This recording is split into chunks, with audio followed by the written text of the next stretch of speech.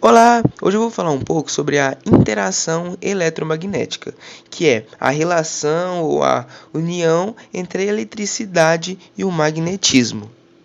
Quem conseguiu provar o eletromagnetismo para a gente foi Hans Christian, que com seu experimento descobriu que toda corrente elétrica produz um campo magnético ao seu redor. Ele fez o seguinte experimento: com um fio de ele colocou um fio percorrido de eletricidade sobre uma bússola e percebeu que quando passava eletricidade por esse fio, ele provocava o campo magnético, provocava uma alteração nas agulhas da bússola. E assim obtivemos uma relação entre a eletricidade e o magnetismo. Pois quando não havia carga elétrica,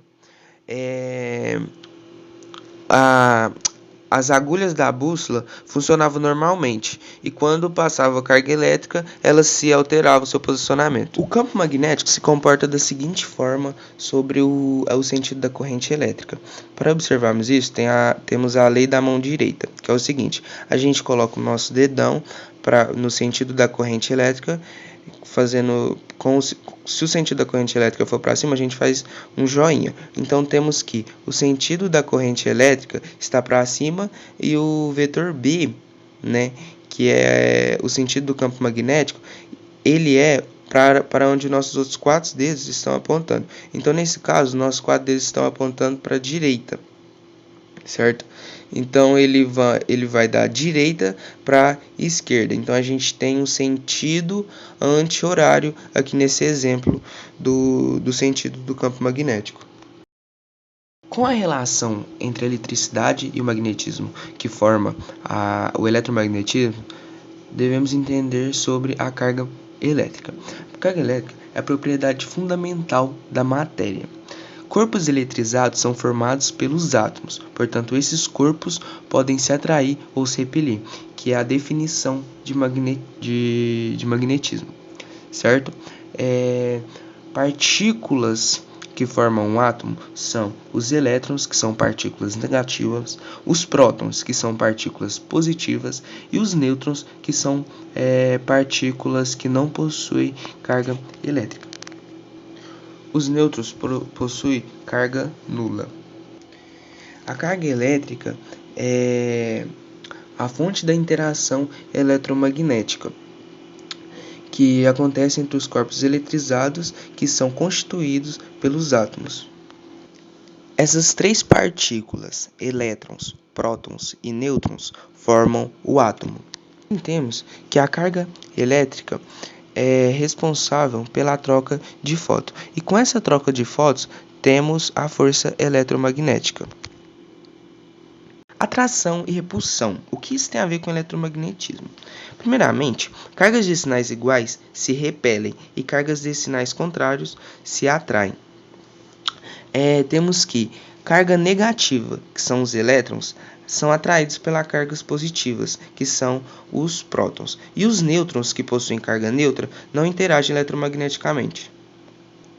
E, com o resultado dessa atração e repulsão, temos uma força mediadora denominada fóton. Fótons são partículas de radiação, então não possuem massa e não ocupam lugar no espaço. Eles formam a força eletromagnética, pois essa força é formada pela troca de fóton entre os átomos, certo? Ele está presente em toda luz visível, emitente de radiação, no raio-x, na luz solar e nas lâmpadas. Certo, o magnetismo da Terra.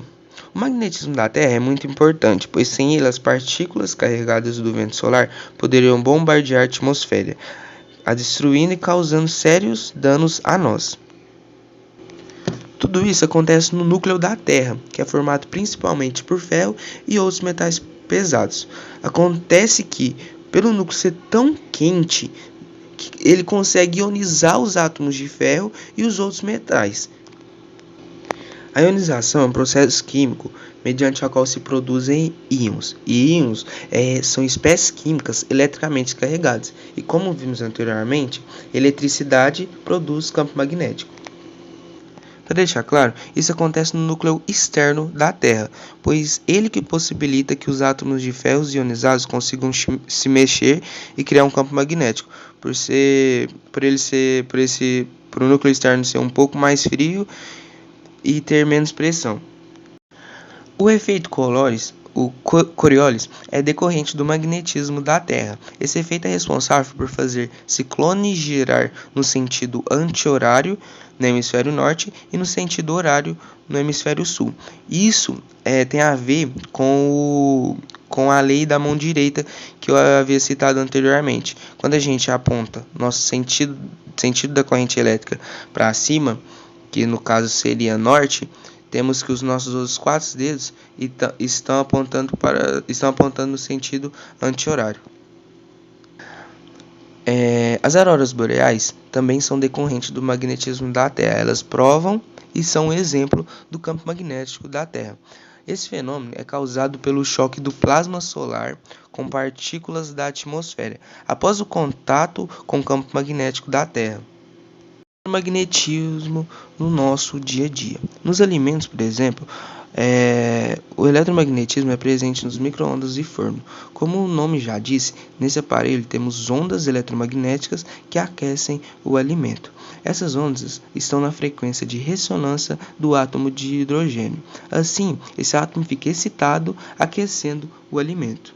Presente também na luz solar, quando citamos fótons, que são partículas de radiação que não possuem massa e não ocupam lugar no espaço, e está presente na luz visível e na radiação. Por incrível que pareça, o eletromagnetismo também está presente no nosso celular. É responsável pelas ondas eletromagnéticas que transportam do espaço as informações de comunicação, que é o caso de ligação e envio de mensagens. Obrigado pela atenção, até a próxima.